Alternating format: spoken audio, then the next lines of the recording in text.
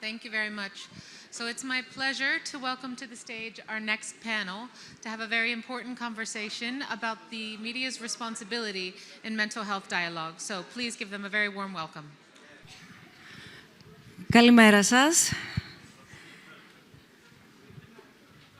Είχα σκεφτεί να ξεκινήσω λίγο διαφορετικά, αλλά δεν μπορώ να μην ξεκινήσω λέγοντας τι ωραίοι ομιλητές μέχρι αυτή την ώρα. Και κυρίως, τι ωραίοι συνομιλητές.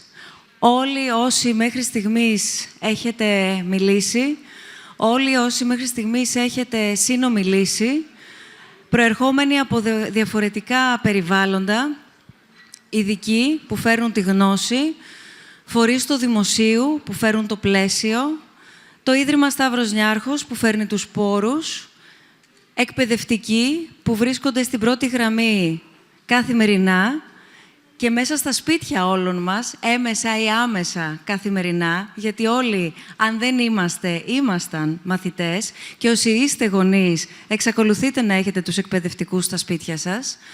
Και όσους ανθρώπους έχουν να κομίσουν με έναν αξιοπρεπή και ουσιαστικό λόγο το δικό τους κομμάτι, το εμπειρικό κομμάτι. Όχι για να κανιβαλιστεί από τα μέσα ενημέρωσης, όχι για να σχολιαστεί στη δημόσια σφαίρα, αλλά για να τοποθετηθεί, να πάρει τη θέση του μέσα στην ευρύτερη εικόνα. Τέτοια δημόσια σφαίρα, εγώ θα πω, ως ακροάτρια, ως πολίτης, ως δημοσιογράφος, χρειαζόμαστε. Ερχόμενοι λοιπόν οι 4 εδώ γυναίκες, ερχόμενες οι 4 γυναίκες σήμερα εδώ κοντά σας, αυτό το πάνελ, φέρνουμε την σημασία του δημόσιου λόγου. Η αξία του διαλόγου και του δημόσιου διαλόγου μόλις ξεδιπλώθηκε με την έναρξη του συνεδρίου, του δεύτερου συνεδρίου για την πρωτοβουλία γύρω από την ψυχική υγεία παιδιών και εφήβων.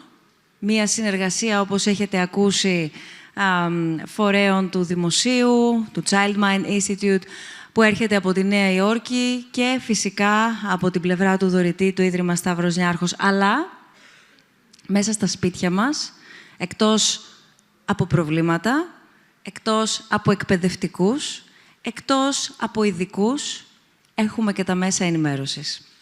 Έχουμε λοιπόν τη διαμόρφωση του δημόσιου λόγου και από τη δική μας πλευρά, οι 3 μας, είμαστε δημοσιογράφοι και η ειδικός είναι μαζί μας. Είναι χαρά μου γιατί έχουμε ξανασυνομιλήσει δημοσίως με την κυρία Λαλιώτη για το πώς πρέπει να μιλάμε για θέματα ψυχικής υγείας στη δημόσια σφαίρα. Όχι μόνο οι δημοσιογράφοι, αλλά οι δημοσιογράφοι παίζουν κομβικό ρόλο, γιατί είμαστε εμείς που καλούμε τους πολιτικούς, εμείς που καλούμε ή δεν καλούμε τους ειδικούς, εμείς που εστιάζουμε όταν εστιάζουμε με τον τρόπο που εστιάζουμε στις περιπτώσεις που κουβαλούν την αξία της εμπειρίας. Έτσι λοιπόν καθόμαστε και εμείς σήμερα εδώ να ανοίξουμε αυτή τη συζήτηση γύρω από το πώς έχουμε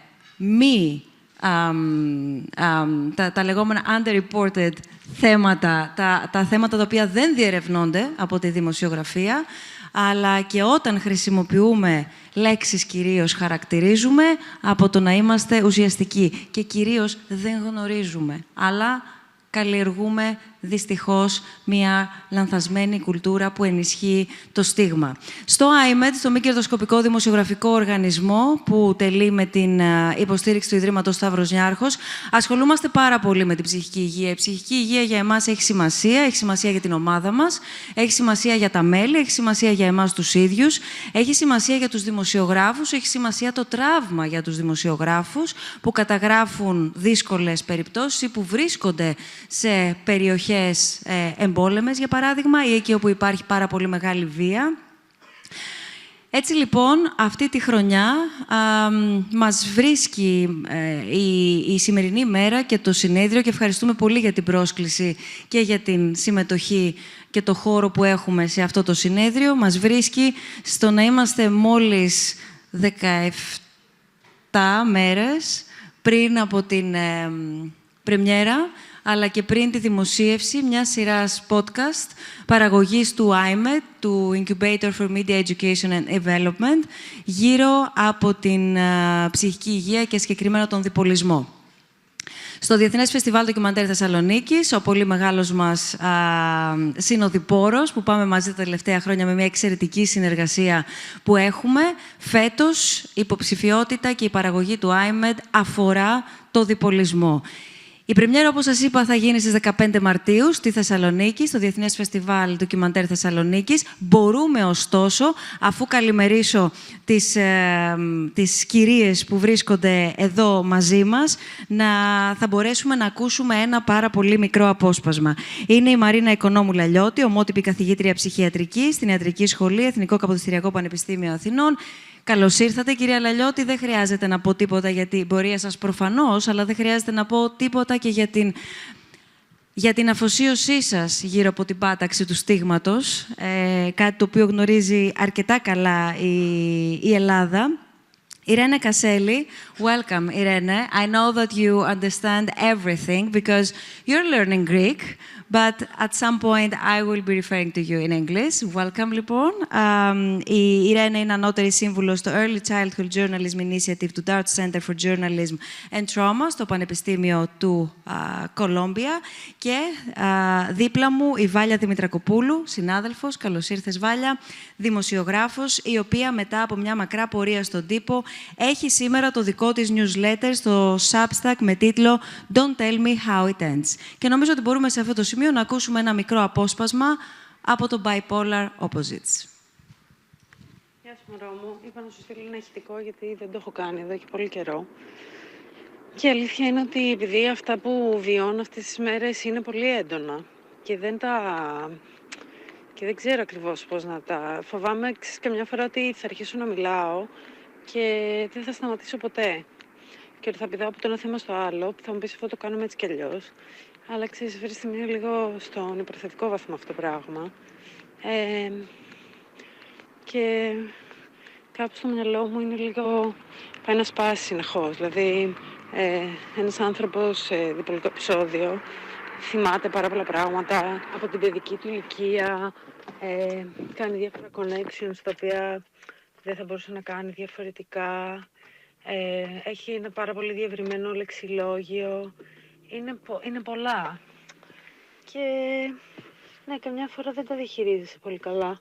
Από την άλλη σκέφτομαι ότι κάτι καλό έκανα για να έχω τόσους ανθρώπους που με αγαπάνε γύρω μου και σε πολύ μεγάλο ποσοστό βάζω και σένα.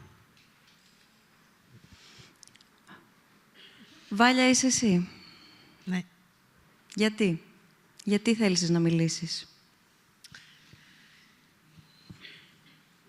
Λοιπόν, ας ξεκινήσουμε από κάτι το οποίο ένας διπολικός μάλλον το ξέρει. Γενικώς μας αρέσει ο προβολέας. Όταν είμαστε ανεβασμένοι, μας αρέσει ο προβολέας. Όταν είμαστε σε κατάθλιψη, δεν μας αρέσει καθόλου και ακόμα και οι σκέψεις που κάνουμε στο μυαλό μας, ο προβολέας του εαυτού μας, είναι κάτι το οποίο έρχεται με φοβερό πόνο. Αλλά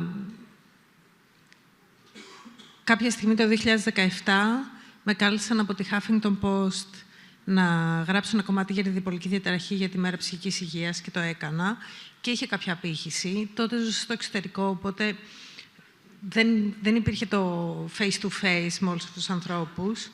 Και στη συνέχεια αποφάσισα να κάνω αυτό το newsletter, το οποίο δεν ξεκίνησε με τη λογική να μιλάμε ιδιαίτερα για την ψυχική ασθένεια, απλώς έτσι πήγε. Και δεν μιλάει μόνο για την ψυχική ασθένεια, μιλάει για το πένθος, για την αγάπη, για το σεβασμό, για πολλά πράγματα τα οποία ήταν κοντά στην καρδιά μου.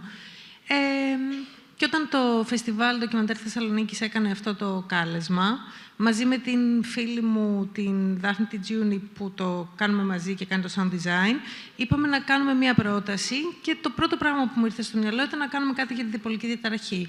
Και από εκεί και πέρα, ακριβώς επειδή το podcast είναι μεν η προσωπική μου ιστορία, αλλά μιλάει και με άλλους διπολικούς και με ψυχιάτρους και με ψυχοθεραπευτές και με γονείς διπολικών και με έτσι, ένα ολόκληρο περιβάλλον, άρχισα να ψάχνω πάρα πολύ τη διπολική διαταραχή και να καταλαβαίνω αυτό που συνέβαινε σε μένα και να μπορέσω να έχω και περισσότερη ενσυναίσθηση στους άλλους. Αλλά αυτό που έχει, νομίζω, ενδιαφέρον είναι ότι ένας άνθρωπος με διπολική διαταραχή, όταν αρχίζει και μιλάει πολύ για τη διπολική διαταραχή, αυτό εκκινεί μια διαδικασία μέσα του που μπορεί να τον οδηγήσει σε ένα επεισόδιο μανίας. Κάτι που μου συνέβη, δηλαδή... Επειδή Σου συνέβη κατά τη διάρκεια που δούλευες το podcast. Ναι. Και μάλιστα, αν ρωτήσετε τους ανθρώπους με τους οποίους συνεργαστήκαμε, την πρώτη φορά που κάναμε την ηχογράφηση με τον Παναγιώτη το Μένεγο, εγώ ήμουν σε μια έκρηθμη κατάσταση, η οποία δεν ήταν ορατή από τους άλλους, γιατί έκανα ό,τι μπορούσα για να το ελέγξω, αλλά φεύγοντας από το στούντιο, πήγα στον ψυχίατρό μου και μου έδωσε τη μεγαλύτερη δόση αντιψυχωσικού που μπορούσα να πάρω, ώστε να... Περισσότερο δεν θα μπορούσα να πάρω. Και είπαμε ότι, θα πάρουμε αυτή τη δόση και αν δεν λειτουργήσει, μετά, ξέρω εγώ, νοσοκομείο, κάτι τέτοιο. Οπότε, όλο αυτό το πράγμα έχει ένα ενδιαφέρον, γιατί είναι ένας κύκλος. Το ήξερα κι εγώ τότε, ότι κάποια στιγμή θα φύγει αυτό. Και τώρα έφυγε. Και είμαι σε αυτό που ονομάζουν οι ψυχίατροι νορμοθυμία. Αυτό όμως δεν αλλάζει την ανάγκη μου να μιλήσουμε γι' αυτό. Γιατί αυτά που άκουσα πριν, που είχαν τρομερό ενδιαφέρον, μιλάνε για την αδυναμία στην Ελλάδα να πούμε αυτό που συμβαίνει και ειδικά στα σχολεία. Εγώ δεν είχα την τύχη να έχω εκπαιδευτικούς οι οποίοι καταλάβαιναν. Είχαμε ένα ψυχολόγο στο σχολείο που νόμιζε ότι το πρόβλημά μου όταν ήμουν πιτσιρίκι και έφηβη ήταν ότι δεν πρόσεχα στην τάξη. Ενώ συνέβαιναν άλλα τέρατα μέσα στο μυαλό μου. Και ευτυχώς είχα μία μαμά που με άκουγε, αλλά πόσα να κάνει και μία μαμά, η οποία δεν υποστηρίζεται από κανένα στο περιβάλλον της.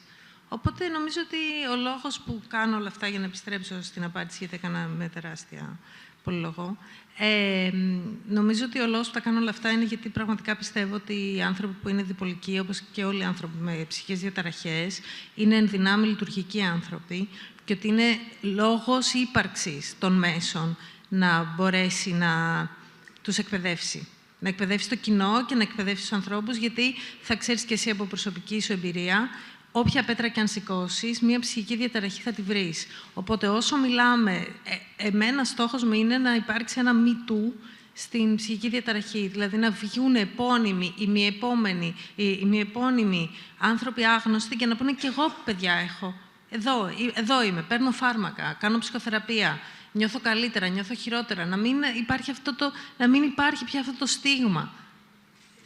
Είμαστε πιο πλούσιοι λόγω των ψυχικών διαταραχών, δεν είμαστε πιο αδύναμοι. Γιατί πρέπει να μιλάμε ακόμα και σήμερα, κυρία Οικονόμου, για αυτό που βάζει η Βάλια? Γιατί να υπάρχει ακόμα το στίγμα γενικά, αλλά... γιατί να υπάρχει ακόμα αυτή η δυσκολία και η ανάγκη να πείσουμε, όπως η προσπάθεια που κάνει η Βάλια να πείσει το ακροατήριο, είτε έχει θέμα ψυχικής υγείας, είτε δεν έχει, για το πού και πώς πρέπει να τοποθετείτε μαζί μας, δεν από μόνο δίπλα μας, μαζί μας, η ψυχική υγεία. Πολύ ωραίο το ερώτημα, αλλά πριν απαντήσω στο ερώτημα, θα ήθελα να πω ότι πραγματικά αξίζει ένα μεγάλο μπράβο στη Βάλια, πολύ μεγάλο μπράβο, που πρέπει να το δώσουμε όλοι και πρώτα απ' όλα εμείς οι ειδικοί. Πρέπει να το δώσει το ευρύ κοινό, πρέπει να το δώσουν οι γονείς, οι οικογένειες, οι εκπαιδευτικοί, γιατί περιπτώσεις σαν τη Βάλια υπάρχουν πολλές ανάμεσά μας. 1% το ποσοστό της μανιοκατάθλιψης, της διπολικής διαταραχής, και αν θελήσουμε να μιλήσουμε για το φάσμα της διπολικότητας, τα ποσοστά είναι πολύ ψηλότερα, 4 με 6%. Καταλαβαίνουμε λοιπόν ότι είναι κάπου δίπλα μας. Δεν είναι μακριά μας, δεν είναι σε εμάς. Θα είναι σε ένα μέλος της οικογένειάς μας, σε ένα μέλος της ευρύτερης οικογένειάς μας, σε κάποιον από το φιλικό μας περιβάλλον. και τι γίνεται με αυτούς τους ανθρώπους που η Βάλια αποκαλέστηκε διπολική. Εγώ θα έλεγα ότι σέβομαι τον αυτοπροσδιορισμό της, αλλά θα έλεγα ότι πάνω απ' όλα είναι ένας άνθρωπος, είναι η Βάλια, η πετυχημένη δημοσιογράφος, το πολύ ταλαντούχο άτομο, που γράφει υπέροχα, που μιλάει σαγηνευτικά και που τυχαίνει να έχει και διπολική διαταραχή. Άρα λοιπόν, αυτά είναι θέματα που έχουν να κάνουν και με το θέμα, αν θέλετε, της σημερινής μας συζήτησης για τη χρήση της γλώσσας. Και έχουμε πολλά να πούμε πάνω σε αυτό. Αλλά για να απαντήσω στο ερώτημά σας και να ευχαριστήσω πραγματικά από την καρδιά μου το Ίδρυμα Σταύρος Νιάρχος, που βγάζει στην επιφάνεια όλα αυτά τα θέματα. Γιατί χρειάζεται να τα ανασύρουμε στην επιφάνεια. Τα έχουμε καλά κρυμμένα. Τα έχουμε καλά κρυμμένα πίσω από την πόρτα του σπιτιού μας, στα μπαούλα μας. Δεν θέλουμε να βγουν προς τα έξω. Γιατί? Γιατί υπάρχει ένα αίσθημα ντροπής για οτιδήποτε ψή. Οτιδήποτε ψή, κι ας είναι ήπιο, κι ας είναι πιο σοβαρό. Το πιο σοβαρό συμπαρασύρει το ήπιο και έτσι οτιδήποτε ψή εμείς το φοβόμαστε και θέλουμε να το κρατήσουμε ευτασφράγιστο μυστικό. Και πίσω απ' όλα κρύβεται ένας φόβος. Ένας φόβος για το άλλο, αυτό που λέμε διαφορετικό. Και που τώρα αρχίζουμε σιγά σιγά να το μιλάμε, αλλά μέχρι πριν κάποια χρόνια πραγματικά τα πράγματα ήταν πολύ πιο δύσκολα. Και συναντήσεις σαν κι αυτές γινόντουσαν σπάνια. Θα ανατρέξω πριν πολλά χρόνια, όταν στο πρόγραμμα Αντιστίγμα, που υλοποιούσαμε στο Ερευνητικό Πανεπιστημιακό Ινστιτούτο Ψυχικής Υγιεινής, τρέχαμε χωρίς καμιά βοήθεια σε γειτονιές της Αθήνας να μιλήσουμε για την ψυχική νόσο, να μιλήσουμε για τη διπολική διαταραχή. Και είχαμε μαζί μας τον επαγγελματία ψυχικής υγείας, τον ψυχίατρο, τον ψυχολόγο, αλλά είχαμε και έναν άνθρωπο που έπασχε και είχαμε και ένα μέλος οικογένειας που έπασχε. Και αυτά ήταν πολύ σημαντικά και καινοτόμα ζητήματα για εκείνη την εποχή και τώρα εσείς το καταφέρνετε και το φέρνετε εδώ στο προσκήνιο. Και αυτό είναι πάρα πολύ σημαντικό. Το είπατε όσο περιμέναμε στο διάλειμμα, το είπατε συμμαχία. Είναι ωραία αυτή η συμμαχία που συμβαίνει εδώ. Ακριβώς, αυτό μου είπατε. Συμμαχία. Πρέπει να είμαστε σύμμαχοι. Οι ειδικοί της ψυχικής υγείας, οι ασθενείς, οι εκπαιδευτικοί στα σχολεία, με τους γονείς. Μην βάζουμε στην άκρη τους γονείς, για όλα αυτά είναι οι γονείς και για όλα αυτά είναι οι οικογένειες. Για να μην φταίνε οι οικογένειες πρέπει να στηριχτούν. Πρέπει να έχουν βοήθεια, πρέπει εμείς να τους στηρίξουμε. Η λέξη συμμαχία, λοιπόν. Γι' αυτό και στην Αμερική οι οργανισμοί μεγάλοι έχουν την έννοια του alliance ως στοιχείο συμμετοχικό.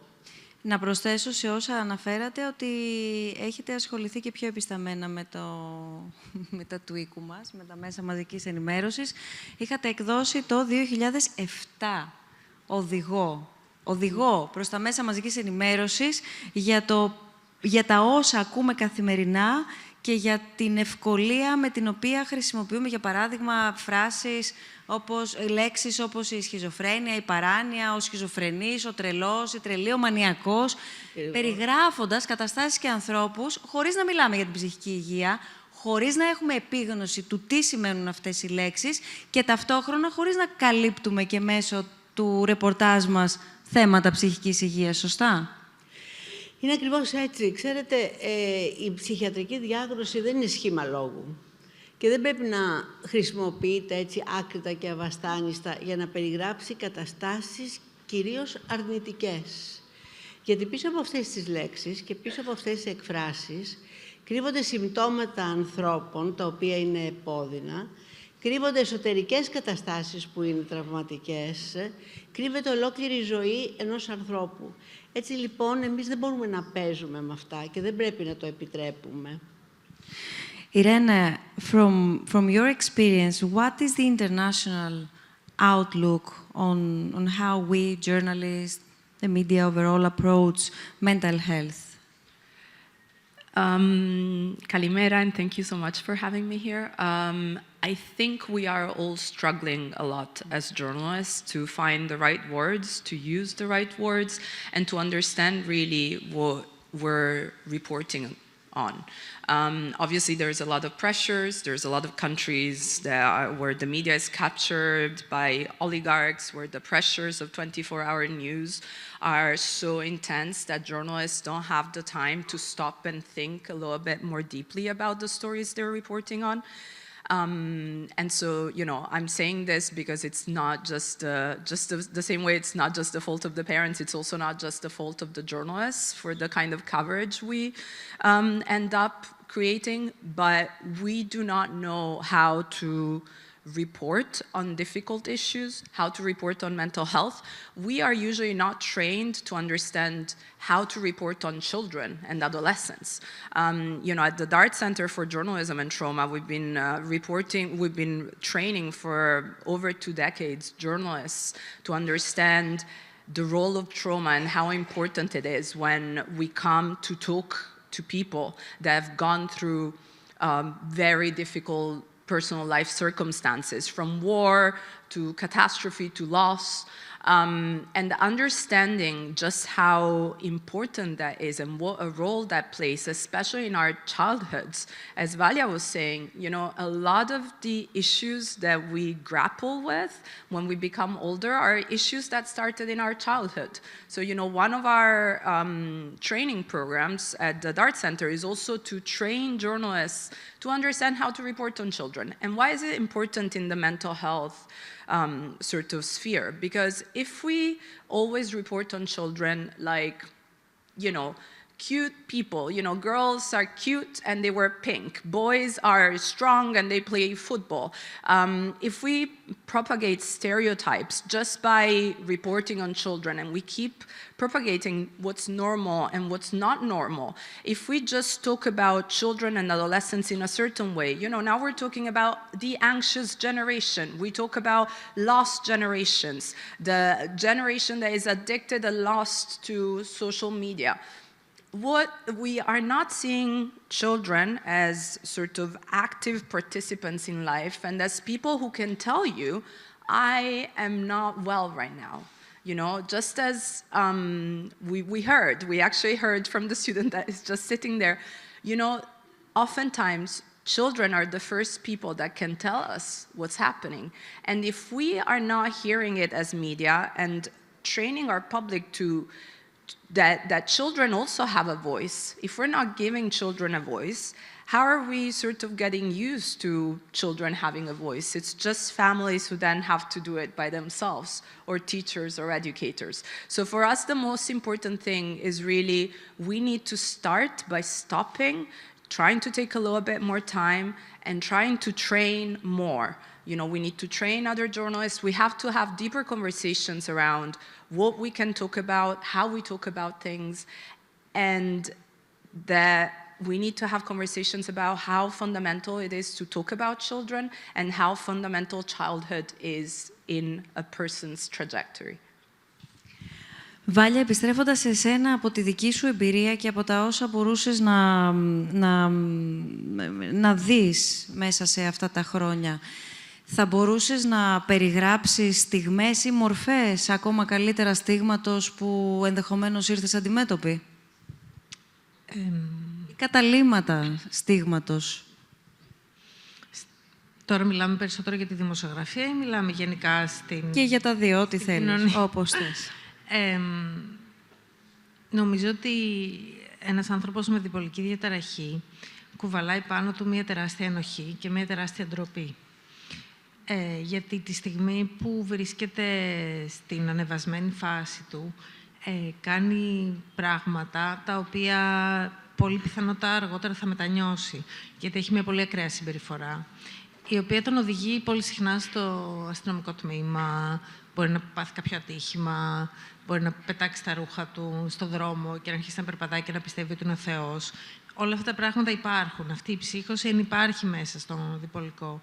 Οπότε ας ξεκινήσουμε από το ότι όταν πια κοπάσει αυτή η μπόρα, η οποία έχει και όλη αυτή την αίσθηση παντοδυναμίας, είναι πολύ πιθανό να έρθει μια κατάθλιψη. Το οποίο είναι και φυσιολογικό, γιατί όταν ανέβεις τόσο πολύ, κάποια στιγμή το σώμα σου κουράζεται και χαμηλώνει ρυθμούς. Αν λοιπόν στη φάση της μανίας έχεις κάνει πράγματα τα οποία έχουν πληγώσει τους τριγύρω σου, έχεις ανοιχτεί πάρα πολύ, μετά θα αισθανθείς μια τεράστια ντροπή. Αν λοιπόν βρίσκεσαι και σε ένα περιβάλλον το οποίο δεν σε δέχεται έτσι όπως είσαι, το οποίο ισχύει κατεξοχήν στην Ελλάδα, θα αισθανθείς σίγουρα χειρότερα.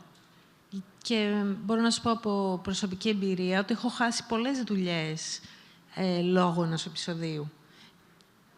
Και παρά το γεγονός ότι υπήρχε πολλής κόσμος εκεί έξω που έλεγε ότι είμαι πολύ έξυπνη, πολύ ικανή, βαθιά μέσα μου, ακόμα και σήμερα δεν το πιστεύω, γιατί όλα μου τα επεισόδια πυροδοτούνται από μια επαγγελματική επιτυχία. Γιατί εκείνη τη στιγμή με πιάνει ένα τόσο βαρύ άγχος για το αν θα τα καταφέρω και αν αυτό το αστέρι για το οποίο μιλάνε οι καθηγητές μου και ο πατέρας μου και η οικογένειά μου είναι πραγματικά δικό μου, είναι κάτι εξωγενές. Οπότε νομίζω ότι κοινωνικά ένας άνθρωπος με διπολική διαταραχή, γιατί σε κάποιες φάσεις της ζωής του είναι πάρα πολύ εκεί έξω, αισθάνεται μια διαρκή πίεση. Και αυτό γυρίζει σε ντροπή και αυτή η ντροπή εξακοντίζεται λόγω του στίγματος. Δεν ξέρω αν απάντησα στην ερώτηση ακριβώς. Για μένα ήταν πολύ ξεκάθαρο. Δεν ξέρω αν θέλετε να συμπληρώσετε κάτι στην απάντηση ως προς την ερώτηση γενικά, κυρία Λαλιώτη, αλλά ήταν πολύ ξεκάθαρη η διαδρομή και ο κύκλος που περιέγραψες.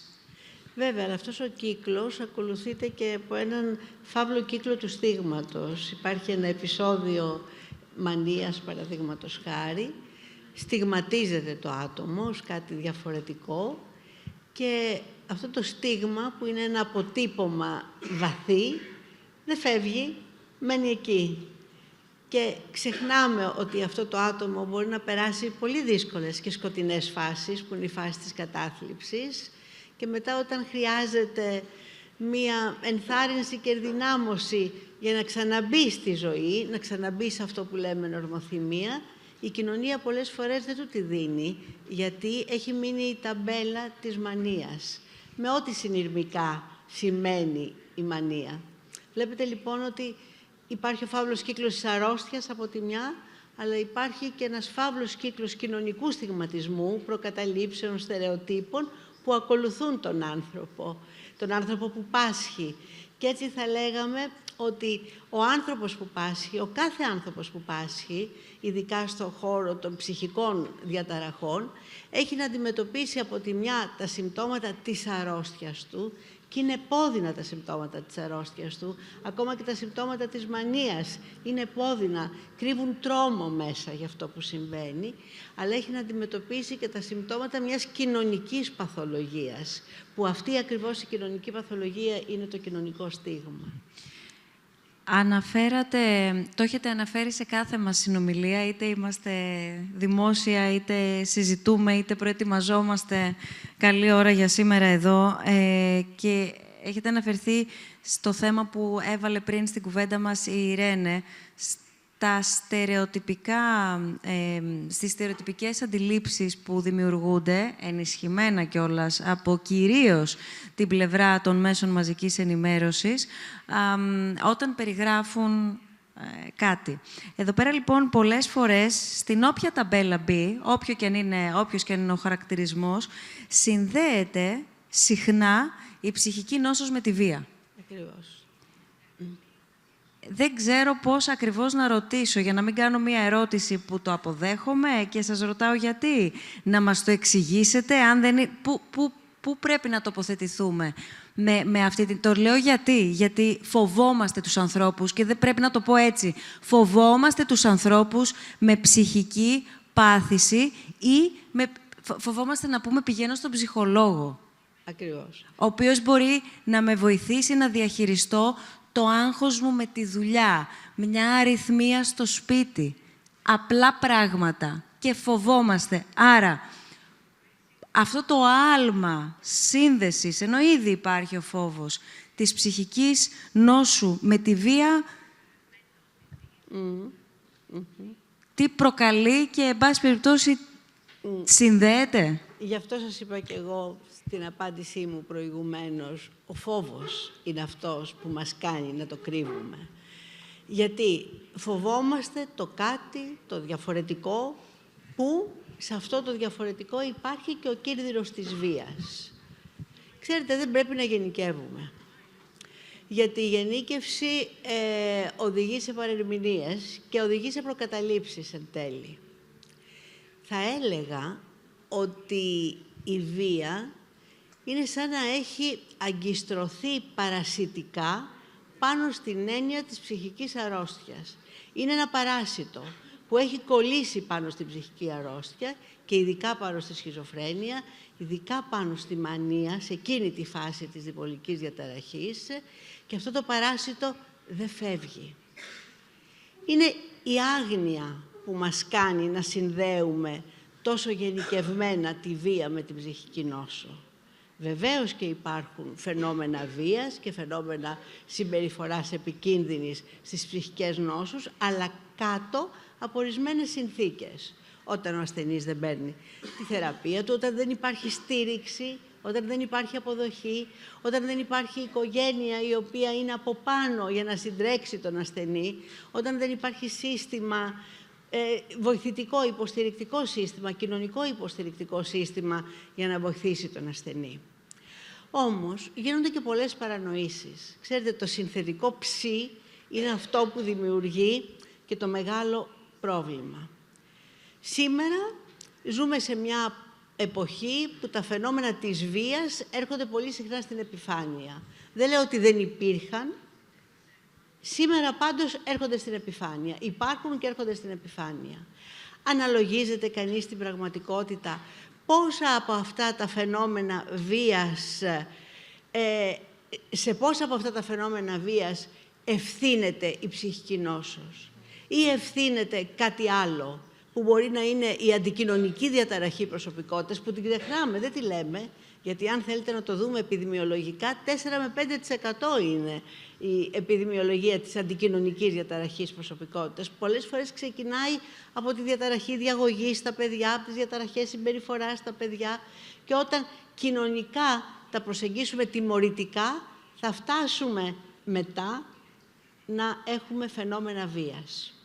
Έτσι λοιπόν, αυτό που παίζει ρόλο στη σημερινή εποχή είναι η εξοικείωση που έχουμε με τη βία. Και εδώ ο ρόλος των μέσων μαζικής ενημέρωσης είναι πάρα πολύ σημαντικός και πολλές φορές αρνητικός. Έχει γίνει τεράστια πρόοδος στη χρήση της γλώσσας. Ναι, περάσαμε από ο 30χρονος ψυχοπαθής δολοφόνος. Αυτό να ήταν η δείχνουμε κάθε καθημερινότητα. βράδυ στην τηλεόραση όλες οι ταινίες να είναι οι ταινίες που έχουν μέσα τους βίαιες συμπεριφορές, παραβατικές συμπεριφορές. Και αυτές άκρητα και αβασάνιστα, το τονίζω, συνδέονται με την ψυχική νόσο.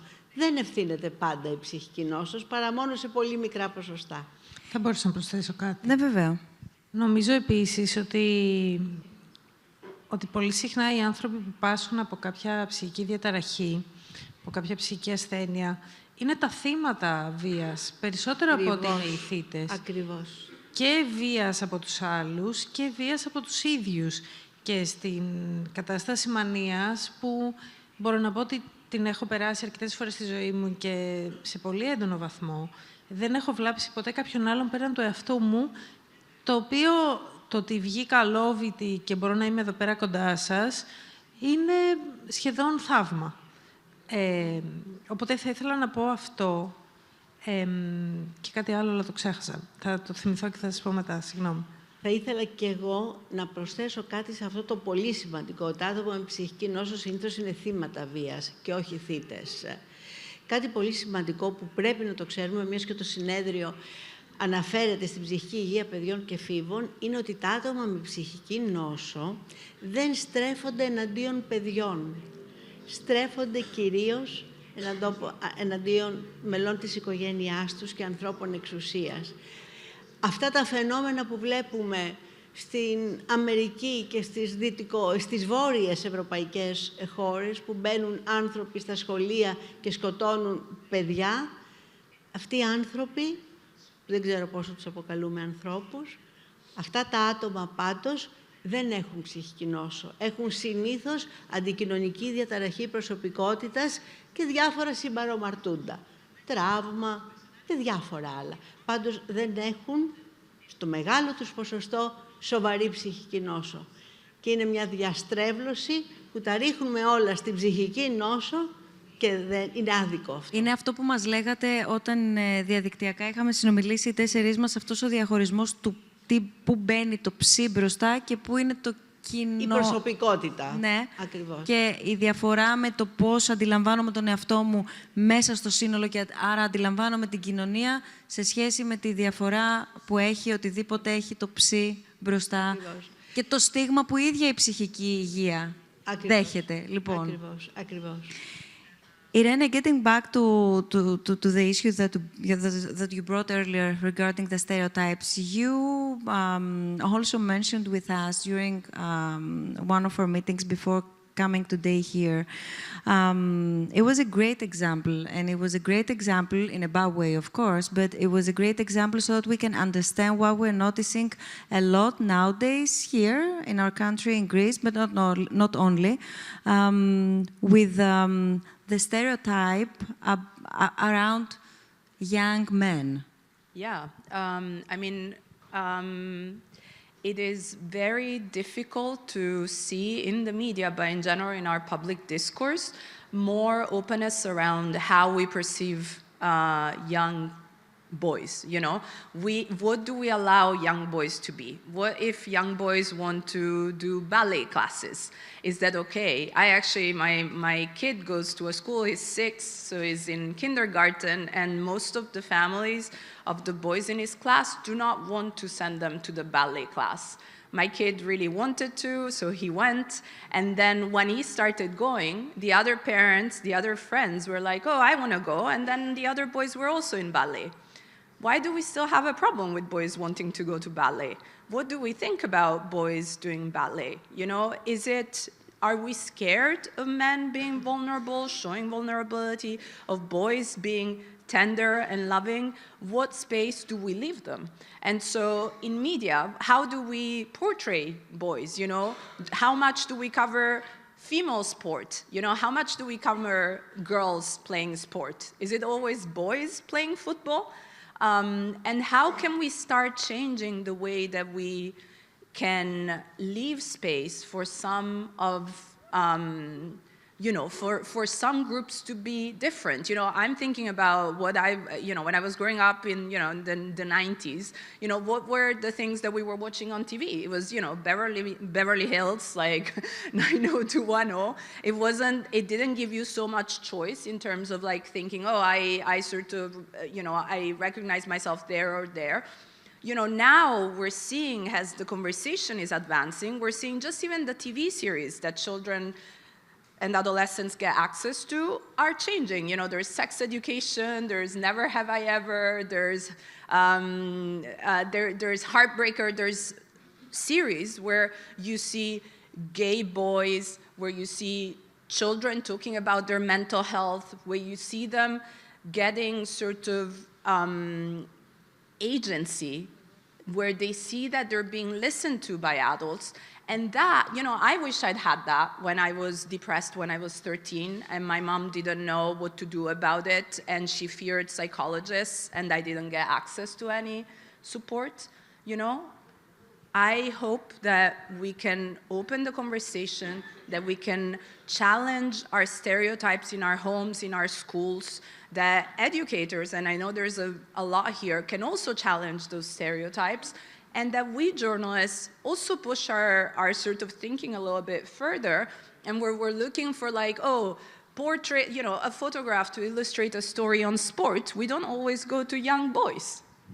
And unfortunately, we don't have the time today, but we have already started thinking about holding a conference to be focused. And I had actually the chance to share a couple of thoughts with the experts here to holding a conference which will be dedicated on stigma, public discourse, journalism, and of course, mental health. But what I wanted to ask you, Irene, is if you can share us in a title, how the way we journalists, reporting or not, the mental health issue, and consequently, the position that mental health issues have to the public sphere and in public discourse overall affects the access, consequently affects the access that the middle citizen has to the mental health system.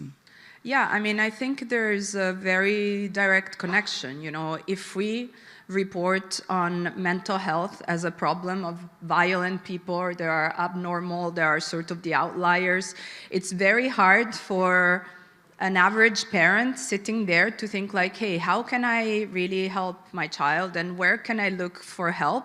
Can I look for help in a school if I'll know that the other parents may find out that my child is seeing a psychologist?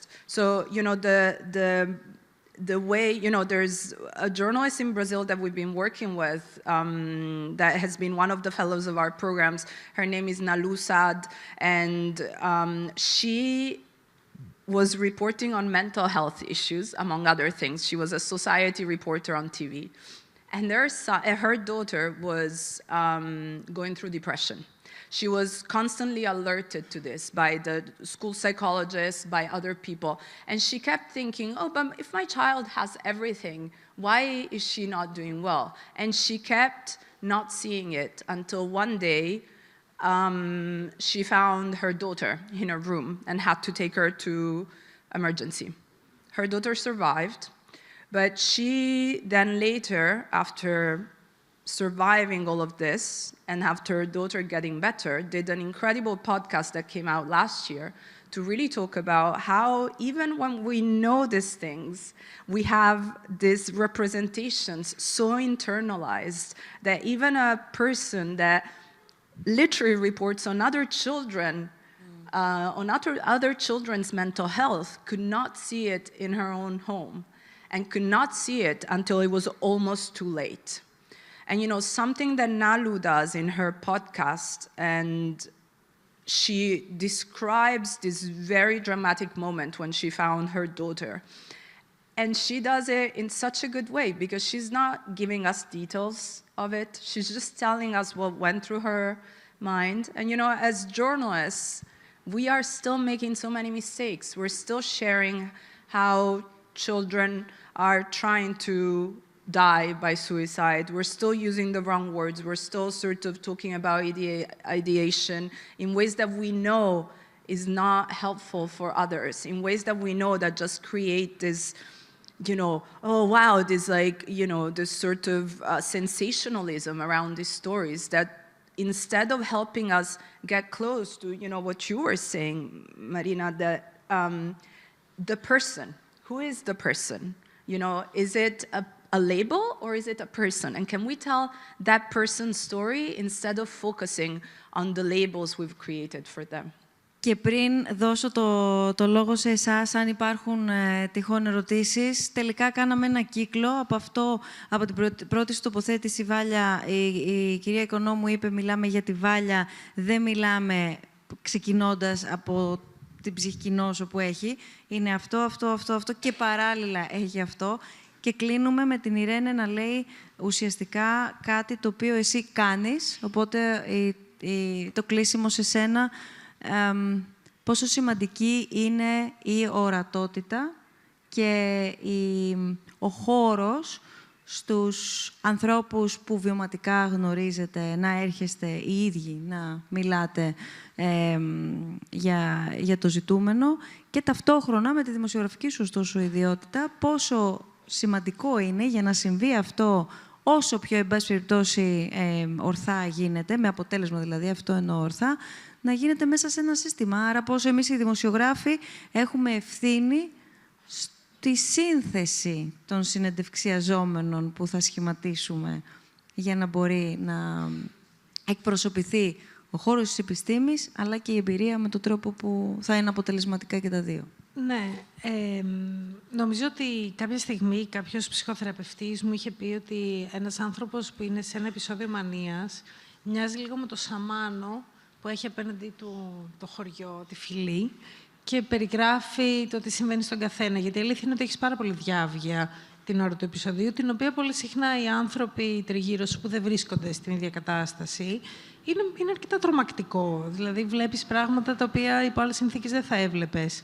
Οπότε, γι' αυτό νομίζω ότι και η κοινωνία δεν μπορεί να αντέξει. Δεν μπορεί να αντέξει τόση αλήθεια, δεν μπορεί να αντέξει τόση δύναμη. Οπότε, νομίζω ότι έχει πάρα πολύ μεγάλη σημασία να δούμε τον άνθρωπο ως αυτό, δηλαδή αυτό που πήγα να κάνω το δικό μου ολίσθημα, ότι είμαι διπολική, ως έναν άνθρωπο που είναι άλλος ένας άνθρωπος, ο οποίος δεν αλλάζει. Απλώς έχει αυτά τα ακραία πάνω κάτω, αλλά η βάση του, η ουσία του είναι η ίδια. Οπότε ας τον αφήσουμε λίγο να πει την ιστορία του και να μην χρειάζεται ούτε και ο ίδιος